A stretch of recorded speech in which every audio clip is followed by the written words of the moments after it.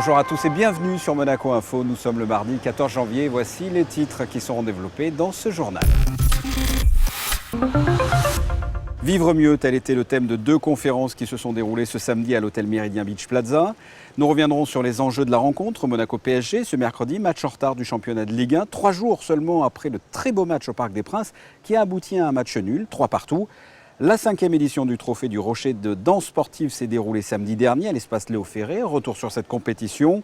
Et enfin, votre Focus Info sera consacré ce soir à une action de solidarité. Un grand chef pour tous, un menu gastronomique a été concocté pour les personnes les plus démunies à Nice par le chef des cuisines de l'hôtel Méridien Beach Plaza. Vivre mieux, voici le thème de deux conférences qui se sont déroulées ce samedi à l'hôtel Méridien Beach Plaza. Deux conférences pour se sentir mieux dans sa tête et dans sa peau. Reportage. Le bien-être, la quête du Graal pour beaucoup d'entre nous, que ce soit physique ou moral. Eh bien, plusieurs conférenciers ont tenté d'éclairer à ce sujet les spectateurs présents au Salon Atlantique du Méridien Beach Plaza. Plus que le bien-être, vivre mieux était le thème de deux conférences organisées en début et en fin d'après-midi samedi dernier. Les questions tournent autour justement de trouver en tout cas des solutions, parce qu'il y a toujours des solutions pour être mieux dans son être intérieur et puis prévoir la vie avec beaucoup plus de positivité, de philosophie, en ayant de préférence un peu moins de stress. Parce que c'est vrai que la vie aujourd'hui est assez stressante, mais il y a des solutions pour tout. Donc le but de cette conférence, c'est justement de donner le maximum d'informations dans tous les domaines. Plusieurs conférenciers se sont succédés dans la salle du Méridien Beach Plaza, spécialistes de la chirurgie du visage, spécialistes en nutrition, psychologues et même philosophes. En philosophie, on peut dire qu'il y a deux manières de penser le bien-être. D'abord, physiquement, il faut se sentir bien, c'est-à-dire une sorte d'équilibre et une relation au corps qui fait qu'on est épanoui, on se sent bien et on se sent bien dans des plaisirs simples, on va dire. C'est-à-dire qu'il faut une sorte de sagesse de vivre. Il y avait Épicure qui disait un verre d'eau et du pain, et je rivalise avec Zeus, donc ça veut dire que c'était vraiment léger, mais en même temps, c'était satisfaisant. Et en même temps, il faut coupler ça à une espèce de bien-être psychologique, le fait que dans l'esprit, on ne soit pas tourmenté par des passions vaines, c'est-à-dire la peur de la mort, une anxiété, le stress qui peut être lié au travail, par exemple, aujourd'hui. Et c'était ce rapport entre un équilibre entre une âme apaisée, on parle d'ataraxie, c'est-à-dire la paix de l'âme, et en même temps un corps bien équilibré qui fait que finalement la jonction des deux peut faire qu'on est bien et qu'on est heureux. Il s'agissait là de la première édition de ces conférences Vivre mieux. Les organisateurs se penchent déjà sur la possibilité d'organiser une seconde édition l'an prochain. Le reste de l'actualité, c'est aussi en bref et en images. Depuis la mi-décembre, le gouvernement propose aux employeurs de la principauté de nouveaux téléservices. Leur objectif, faciliter les démarches administratives et offrir un outil de gestion plus efficace pour répondre à ces différentes demandes. Pour l'heure, 6 nouveaux téléservices sont disponibles. Embaucher du personnel de maison, détacher un salarié à Monaco ou encore demander des dérogations de travail spécifiques. Ces démarches en ligne s'inscrivent dans le programme de transition numérique baptisé Extended Monaco, engagé par l'administration monégasque. D'autres téléservices à destination des demandeurs d'emploi, cette fois-ci, sont en cours d'élaboration. Ce sera un match aux allures de revanche ce mercredi 21h au stade Louis II après le nul 3 partout au Parc des Princes dimanche dernier. L'ASM reçoit toujours dans le cadre du championnat de Ligue 1 l'Ogre parisien. Les enjeux de cette rencontre, c'est avec Yannick Debevert. 3 jours après un match nul ressenti comme une victoire en principauté, l'AS Monaco rejoue contre le Paris Saint-Germain ce mercredi au stade Louis II et Robert Moreno le sait, les Parisiens seront remontés à bloc. Pour moi, ils ont fait un grand match dimanche et j'ai vu tous les matchs sur la caméra que nous avons. Et je suis sûr que demain sera encore plus difficile que le dimanche. Mais nous allons faire notre meilleure version pour faire un bon match et pour essayer de gagner. Prévu initialement début décembre, cet ASM PSG prend une toute autre saveur avec les changements intervenus à la tête du club de la Principauté. Un baptême du feu pour Moreno qui affronte 2 fois la meilleure équipe de France en quelques jours. L'attaquant Islam Slimani a ressenti une gêne au niveau de la cuisse ce matin à l'entraînement. C'est la seule incertitude pour les Rouges et Blancs qui pourront compter sur leurs hommes forts et notamment Wissam Ben Yedder, meilleur buteur du championnat avec 14 réalisations et auteur d'une prestation de haut vol dimanche soir. Wissam es un grand jugador. Wissam est un grand joueur, un grand attaquant qui sait tout faire. Il est à la fois finisseur et toujours décisif.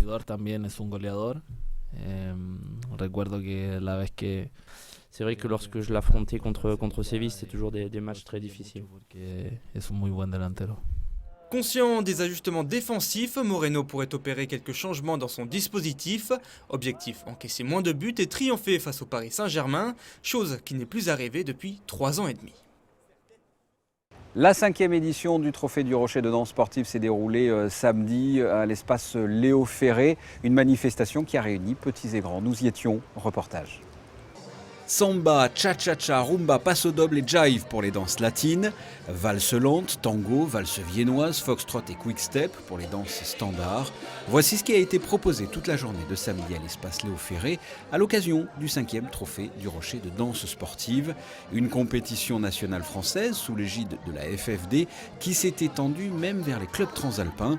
Le Trophée du Rocher a été organisé par l'ASM Danse Sportive et l'association Monaco Rock et Danse. On appelle danse sportive en fait la danse de couple. Avant on l'appelait danse de salon, mais quand on en fait en compétition et vu le travail que cela demande, on l'a rebaptisé danse sportive. Alors depuis 5 ans qu'on l'organise, en fait les couples de compétiteurs commencent à venir régulièrement parce qu'ils trouvent évidemment l'endroit très beau, puisque d'habitude ça se danse dans des gymnases, donc on a la chance d'avoir un espace qui est quand même de qualité, dans une belle région aussi et une belle ville. Donc on attire beaucoup de monde par ça. Et ensuite, ils sont obligés de toute façon aussi de faire des compétitions pour pouvoir passer de niveau. Donc on fait partie de ces prises de points pour passer au niveau supérieur. Parmi tous les professeurs de danse, 2 têtes bien connues du public, la chanteuse Alizée et son mari Grégoire Lyonnais, qui se sont rencontrés lors de la 4e édition de Danse avec les stars. Ils ont créé leur école à Ajaccio. En fait, on a ouvert notre école de danse ensemble, tous les deux. Il y a 2 ans, 3 ans. C'est la 3e année là. C'est la 3e année et du coup, évidemment, on aime la danse en couple, donc on forme des enfants pour les compétitions et donc on les accompagne. Et là, on a des petits couples, des moyens, des grands et c'est les premiers couples corses, donc on est content d'emmener la Corse en compétition. On a envie que les enfants soient contents de leur compétition, donc effectivement, le petit stress est là, mais après, on était contents, c'est la première de la saison pour nous et on les trouve beaux et on est très contents. Voilà. On est fiers d'eux, ouais. 115 couples sont cette année en compétition, répartis dans 5 catégories d'âge, du juvénile jusqu'au senior, autrement dit de 6 à 80 ans. J'adore ça, la musique, elle est trop bien, ouais, c'est vraiment ma passion. Au début, quand on rentre sur la piste, on a souvent un gros coup de stress. Puis au bout de la première danse, après on se détend, puis c'est parti, quoi. Quand on fait les classements, par exemple 1er, 2e, 3e, on a beaucoup d'émotions, on a peur, mais on est joyeux. Après, il y a beaucoup d'énergie, donc c'est un sport comme les autres. Et je pense que ça plaît ou ça plaît pas de toute façon. Donc nous, ça nous plaît, donc c'est le principal.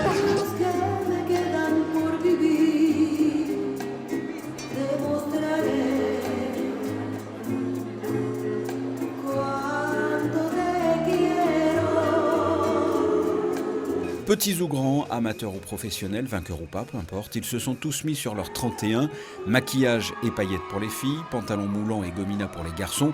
En tout cas, tous avaient pour objectif de se trémousser au rythme de la musique, enflammer la piste de danse et donner le meilleur d'eux-mêmes. Notre Focus Info de ce soir est consacré à une opération de solidarité et de partage baptisée Un grand chef pour tous. Le chef des cuisines de l'hôtel Méridien Beach Plaza, Laurent Collin, a concocté un menu gastronomique pour les plus démunis. L'opération s'est déroulée à Nice avec l'association Guides et Scouts de Monaco. Reportage de Dominique Poulain, Serge Prémont et Clélia Renaud.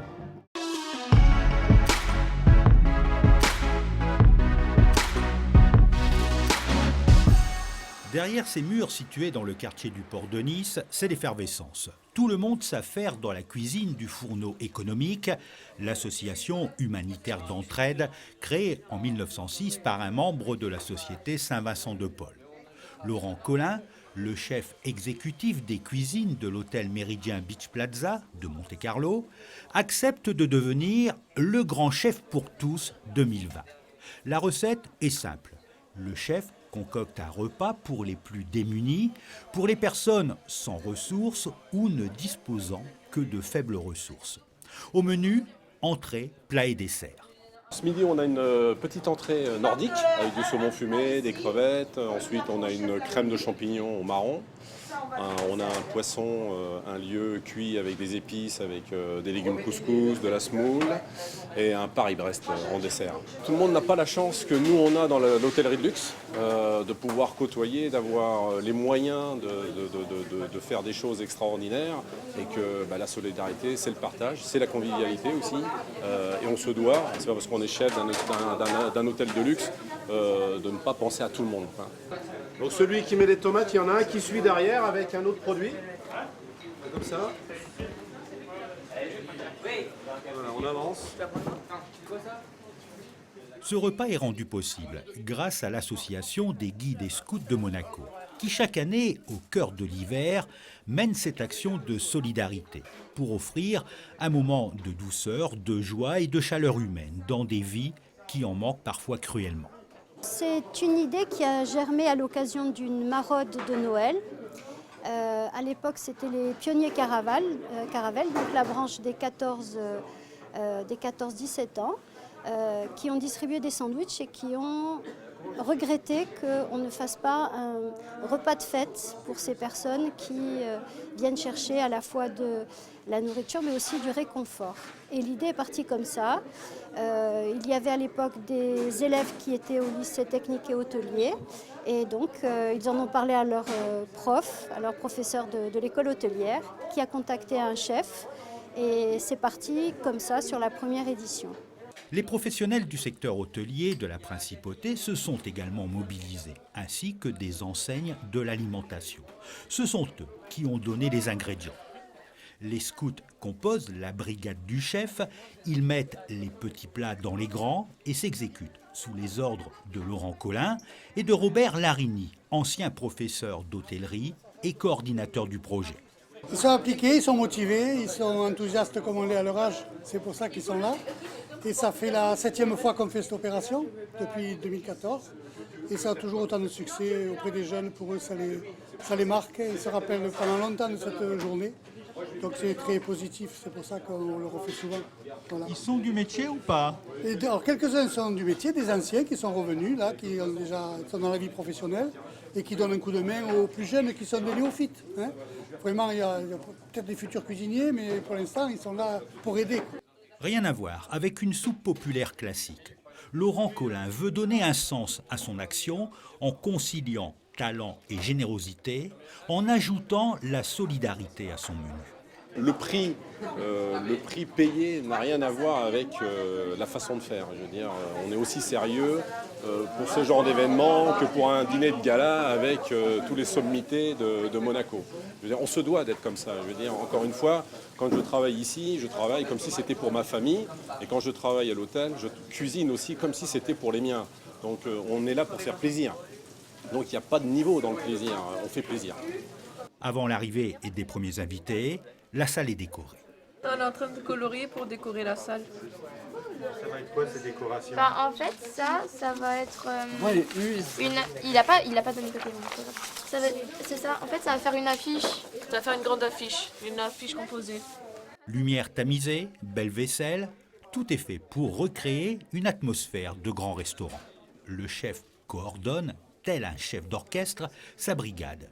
Les scouts sont chargés de servir ces femmes et ces hommes qui souffrent de l'isolement, de pauvreté ou de précarité. Mais tous dégustent un vrai repas. Top, formidable. Ça nous aide drôlement. On a des périodes difficiles et c'est vraiment, ça nous sauve la vie. Moi, je suis en train de traverser une période difficile jusqu'au printemps, mais voilà, ça m'a sauvé la vie, ces repas. Je viens là parce que je suis en famille. C'est très gentil, c'est bon, c'est propre. Et pour 1 euro, vous ne pouvez pas manger ailleurs. Ce jour-là, Laurent Collin régale près de 200 personnes. Et l'association des guides et scouts de Monaco se réjouit de cette action qu'elle mène depuis 7 ans et qu'elle a bien l'intention de reconduire.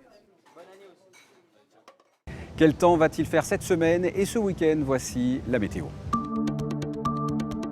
Un ciel gris est prévu pour mercredi, des températures stationnaires avec 7 degrés le matin et 10 degrés dans l'après-midi. Jeudi, un soleil voilé sur l'ensemble de la journée. Vendredi, temps maussade. Le soleil sera de retour à partir de samedi jusqu'au début de la semaine prochaine. Les températures seront de plus en plus fraîches le matin avec un minimum de 4 degrés d'annoncé pour la fin de semaine et grimperont jusqu'à 10 degrés en milieu de journée. Ce journal est terminé, merci de votre fidélité. Vous le voyez, nous sommes pour ce journal au niveau du chapiteau de Fontvieille. Sachez que l'on reviendra dès mercredi 19h sur le Festival international du cirque de Monte-Carlo. On y reviendra après régulièrement. La suite de vos programmes sur Monaco Info. À très bientôt. Au revoir.